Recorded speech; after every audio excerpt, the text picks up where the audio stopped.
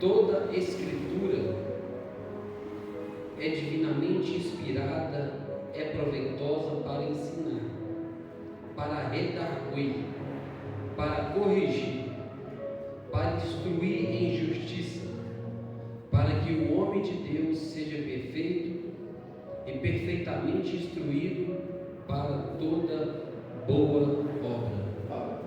Deus querido, fale conosco, eu te peço em nome de Jesus Cristo.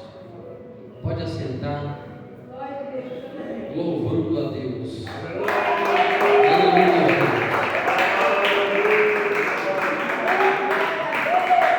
Queridos irmãos, nós bem sabemos que o apóstolo Paulo, ele tinha dois jovens, um inexperiente e outro experiente, que um era Timóteo e o outro era Tito, como se fossem os seus filhos na fé.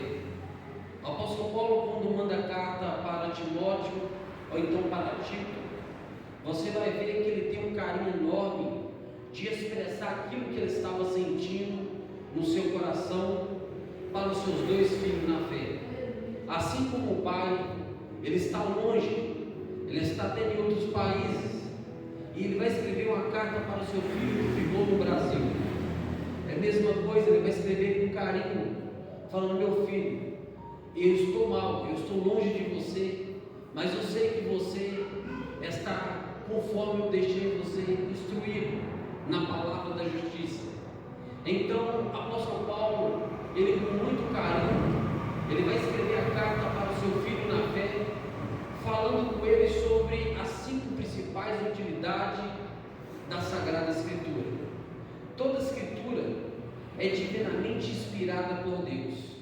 O apóstolo Pedro, ele vai dizer, portanto, a Escritura foi escrita por homem de Deus, inspirado pelo Espírito Santo. É um livro antigo, é um livro que demorou mais ou menos 1600 anos para ser escrito, mas é um livro atual, porque ela é viva e eficaz. É o livro mais vendido, é a palavra de Deus. Você pode ler um texto 10, 20, 30 vezes, pregar o mesmo texto o mês inteiro, mas a introdução pode ser a mesma coisa, mas o sermão, o corpo da mensagem é diferente, porque quem guia a mensagem é o Espírito Santo. E quando você está apta para ensinar, para corrigir, para redarguir, você vai ver que Deus, ele clareia a sua mente para que você venha instruir pessoas que estão chegando e pessoas que também já estão maduros na fé. O primeiro, meus irmãos, aqui das 5 lições que eu tirei, o primeiro é útil para o ensino. A primeira utilidade é proveitosa da Escritura é ensinar. É o mesmo que educar, instruir e doutrinar. Para você doutrinar uma pessoa, para você corrigir uma pessoa, você tem que chegar e falar com ela o que pode e o que não pode. Não é você chegar e esparrar a pessoa, chegar, no meio de todo mundo e envergonhar a pessoa, porque o Espírito Santo, ele é educado, não chega arrombando porta, envergonhando ninguém. Antigamente, na época da lei, quando os profetas vinham, até os profetas, eles chegavam falando uma parábola.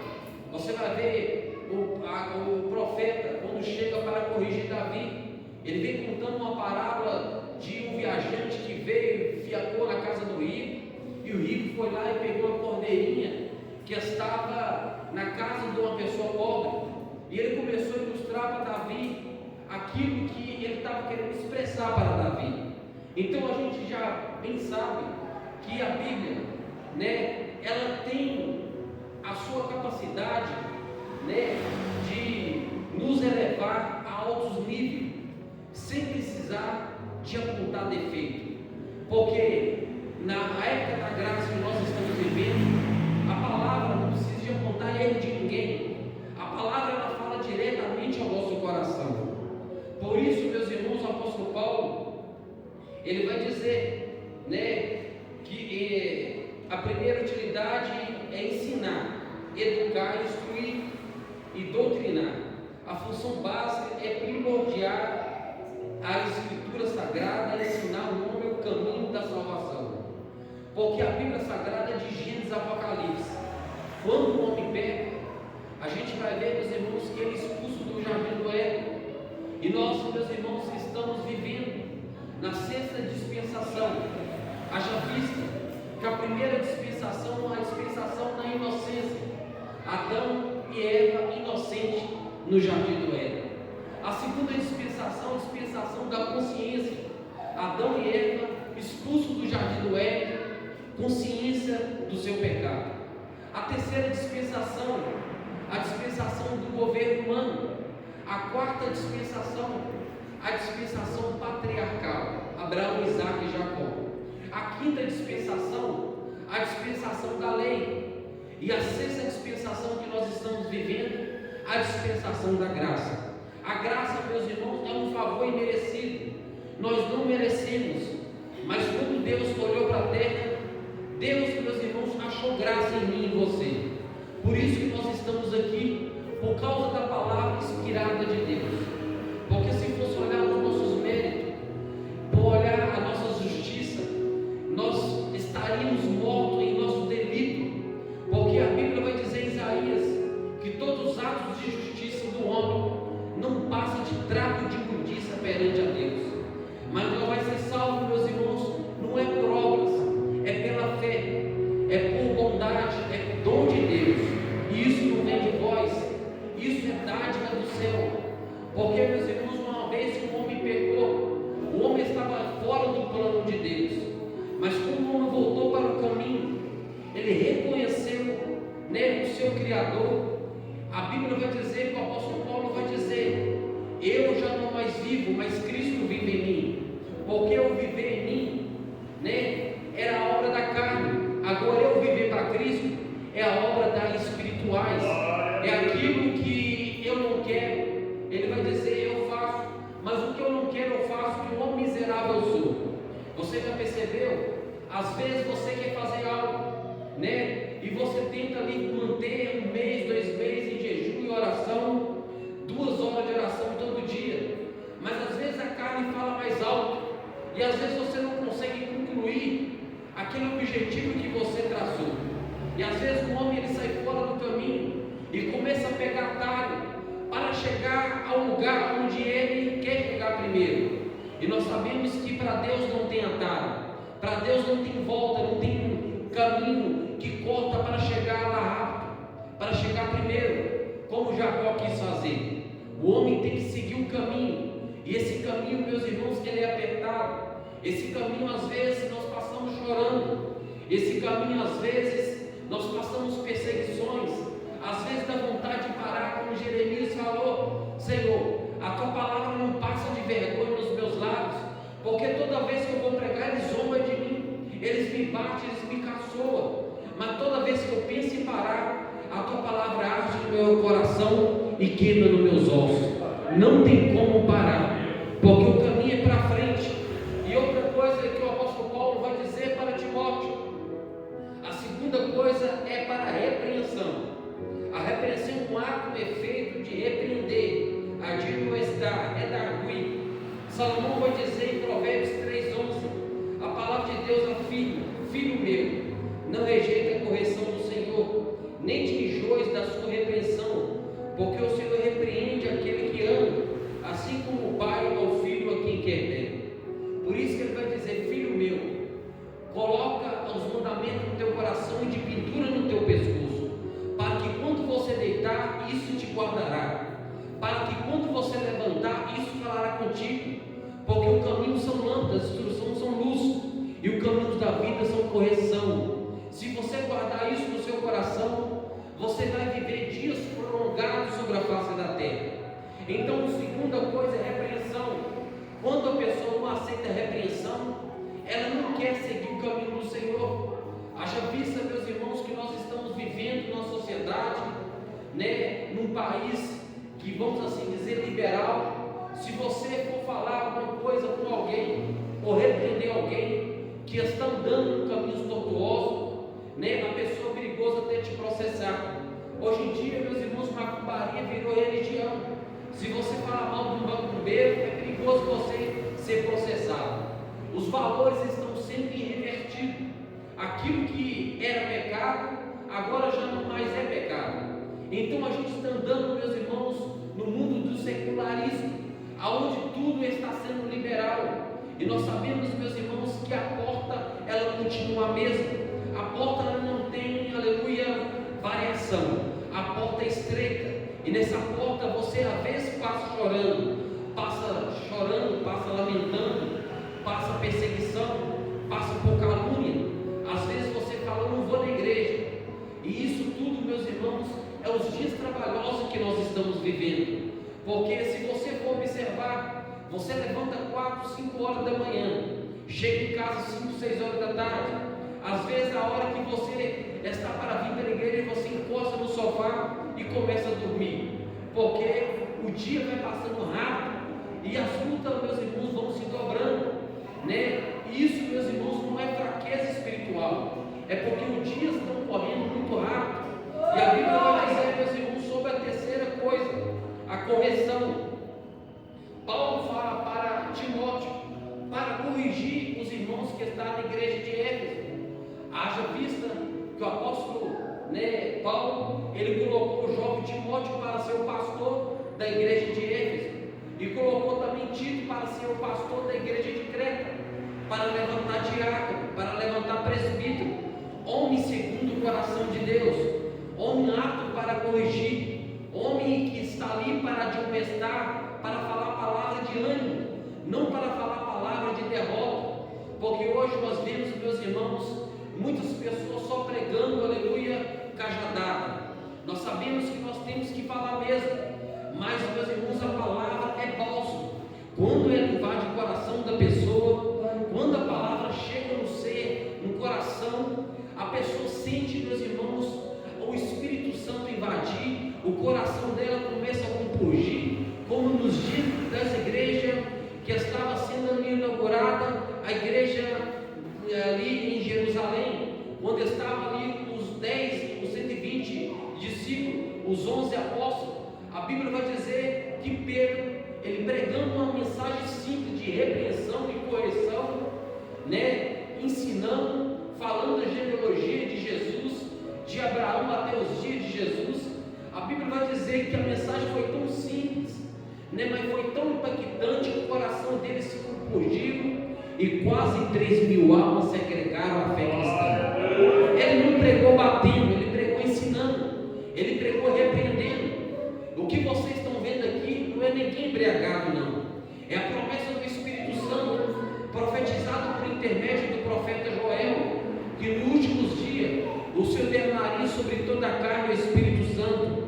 O que vocês estão vendo aqui é o poder de Deus. A quinta coisa, meus irmãos, que eu vejo é útil para a educação na justiça, porque o Espírito Santo que convence o homem, do pecado, da justiça e do juízo. O homem pode falar bonito, ele pode ser eloquente na palavra, como Apolo, ele pode ser uma pessoa instruída, bacharelado nas escrituras, ele pode ser uma pessoa erudita, como o apóstolo Paulo, ele foi um erudito da lei, um homem que falava vários idiomas, um poliglota. Mas haja visto o apóstolo Paulo, ele chega com toda humildade à igreja de Corinto falando: olha, irmão, quando cheguei até a vós, não cheguei com ostentação de palavra, ou com palavra bonita, com sabedoria humana, para que a cruz não fosse aniquilada, mas cheguei até vós com temor e tremor, anunciando a palavra da cruz, porque quando eu falar sobre a palavra da cruz, eu tenho temor no meu coração, porque minha pregação não constitui sabedoria humana, mas sim no poder da palavra do autor e consumador da nossa fé. E isso, meus irmãos, que faz a diferença. Educar é o mesmo que instruir. As escrituras são proveitosas para instruir o homem na justiça. Em Provérbios 6:23 a Bíblia afirma: porque o mandamento é uma lâmpada e a lei uma luz, e as repreensões da correção são caminhos de vida. Hoje em dia, meus irmãos, se você for educar um filho, hoje ele vai falar para você que você já está passada, já está velha demais. Não, nós estamos vivendo um tempo do passado, nós estamos vivendo no século 21. Meu pai e minha mãe estão vivendo na época da pedra, eles vão falar isso. irmãos, eles não sabem o que é verdadeiramente uma instrução, uma correção, uma disciplina. Quando o pai fala algo para o filho, é porque ele está preocupado com o filho, para que o filho não venha se perder na vida. E quando o filho se perde na vida, aí fora, a correção, meus irmãos, ela vem de três formas. Ela vem na cadeia, ou ela vem na cadeira de roda, ou ela vem até mesmo a pessoa para a sepultura. É uma sepultura que a pessoa vai ir presa debaixo da terra e esperar o dia do julgamento. Porque a Bíblia vai dizer em Hebreus 9:27, esta alma ordenada não viver uma só vez, depois disso o juízo. Depois que o homem morre, não tem como mais fazer nada. O que resta, meus irmãos, é o juízo. Se a pessoa aceitou Jesus, se a pessoa está com Cristo, ela vai passar no tribunal de Cristo para receber o seu galardão daquilo que ela fez aqui na terra. Mas se a pessoa ela morreu sem Cristo, nós sabemos, meus irmãos, o que espera para ela é o juízo. E o juízo, meus irmãos, de Deus é severo. O nosso Deus é amor. O nosso Deus, meus irmãos, ele deu livre-arbítrio para o homem. Deus, ele podia, meus irmãos, ter criado o homem como Deus criou, e colocado um anjo, um querubim com espada e flamejante na mão. Se o homem tocasse ali no fruto proibido, conhecimento do bem e do mal, o anjo chegasse, dava sua espadada, batia no homem. Mas Deus deixou, meus irmãos, o livre-arbítrio. Deus deixou o seu mandamento. Deus falou para o homem: olha, não toque nessa árvore, porque no dia que você tocar nela, você morrerá. Estava, meus irmãos, o mandamento de Deus para o homem. É tanto que o homem ia viver eternamente. Deus colocou no coração do homem o sentimento da eternidade. Se você perguntar a uma pessoa se ela quer morrer, mesmo ela estando doente, ela não quer morrer. O sentimento dela é de viver eternamente. Deus colocou esses atributos no nosso coração. Mas por causa do pecado, o homem, meus irmãos, deu ouvido à serpente, que foi personificado na serpente, o querubim caído, e conseguiu ludibriar, conseguiu enganar a mulher. E a mulher olhou e viu que a fruta era bonita, e logo ela pegou aquela fruta e comeu, e deu para o seu esposo, Adão. E logo eles foram expulsos do jardim do Éden. Aqui eu entendo, meus irmãos, que a misericórdia do Senhor, ela paira, meus irmãos, de Gênesis a Apocalipse. Porque, meus irmãos, porque em Gênesis o homem, mesmo não tendo pecado, mesmo o homem tendo falhado, Deus ele faz a primeira promessa da redenção. Jesus Cristo, lá no livro de Gênesis, ele se apresenta como a semente da mulher.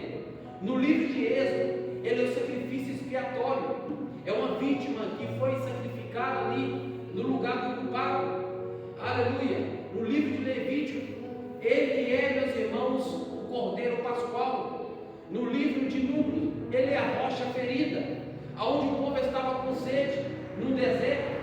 Mas quando Moisés tocou na rocha, a rocha fluiu água. A água é o Espírito Santo que está sobre a minha vida e sobre a tua vida. No livro de Deuteronômio, o nosso Jesus Cristo apresenta como um profeta de Deus. No livro, meus irmãos, de Josué, ele é o capitão do exército do Senhor, que apareceu para Josué. No livro de Juízes, é o nosso libertador. Toda vez que o homem pecava, toda vez que o homem falhava, Deus mandava o severo juízo.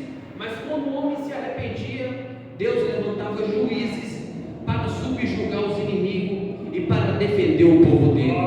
Deus está aqui para defender a tua igreja. Aleluia, Jesus.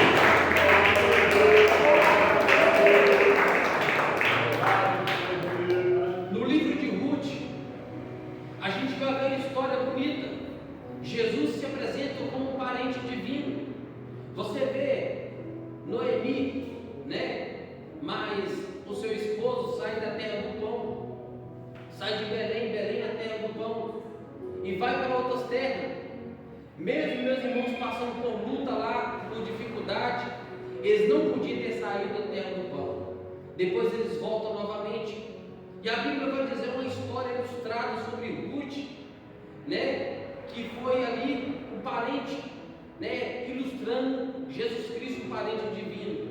No livro, meus irmãos, de Samuel, rei e crônica, Jesus se apresenta como rei, o rei dos reis e senhor do senhor. No livro de Esther, ele é o nosso advogado. Você vai ver ali, meus irmãos, quando o povo judeu estava sentenciado ao enforcamento, a Bíblia vai dizer que o rei, ele perdeu o sono. Ele foi ler no livro das crônicas e ele vai ver o que o povo fez para livrar ele da morte. Então o povo estava ali, denunciou o pecado.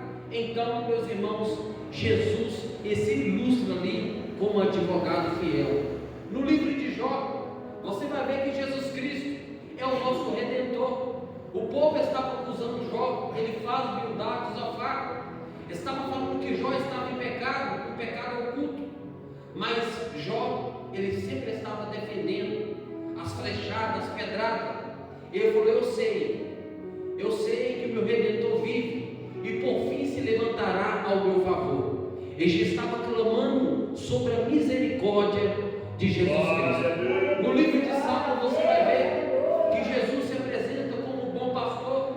Jesus, ele se apresenta, meus irmãos, como um pastor que cuida da sua ovelha. No livro de Provérbios, ele é a sabedoria de Deus, ricas lições e ensinamentos que você vai ver no livro de Provérbios, para que o homem venha viver uma vida digna, que os seus dias sejam prolongados na face da terra, e ainda mais do que isso, que o seu nome esteja escrito no livro da vida.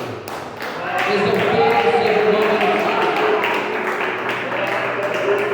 No livro, meus irmãos, de Eclesiastes, ele é o alvo verdadeiro. Você vai ver que Salomão vai escrevendo, vai falando sobre a mosca morta que caiu no vasilhame, pessoas que deixou a má influência aqui sobre a vida dela. Mas ele vai dizer também, meus irmãos, para o jovem, para o jovem tomar cuidado, para que ele não venha cair no mesmo erro que ele caiu. A gente vai ver aqui, meus irmãos, Salomão arrependido.